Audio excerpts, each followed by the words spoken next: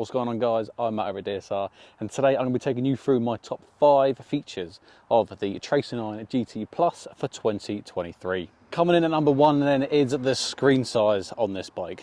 This has a 7-inch TFT screen, which is big, we all know that.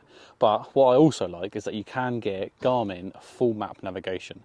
I really love any touring style motorcycle that has full map navigation.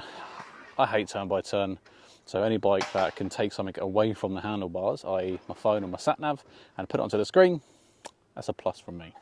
Coming at number 2 then, this bike has a weight of 223 kilos, and for me the handling on this is absolutely phenomenal. It flicks so easily. The flickability is just top notch really. So number 2 is handling on this bike. Number 3 on my list is the comfort. This bike does currently have the heated seat, which adds another little bit of extra layer of comfort, but the seat comfort, also the rideability comfort. Rideability, is that even a word? The rider's comfort. So I'm 6'1", yeah. I'm 6'1", and when I'm sat on this bike, ergonomically, it just fits me really nicely. It's comfortable, there's no strain on my knees, there's no strain on the wrists, like it's just, all of it as a package. Comfort level is spot on, and then the added seat is always a bonus. Coming at number 4 then is the wind protection. Now I'm going to ignore the Yamaha accessory attached onto the top. I'm just going to be talking about the oversized, so the extra large screen, so probably the touring screen for this bike. Not only is it tall, it's adjustable, so it can go even taller, but also it flares out on the left and right just to push the air away from the side of the rider.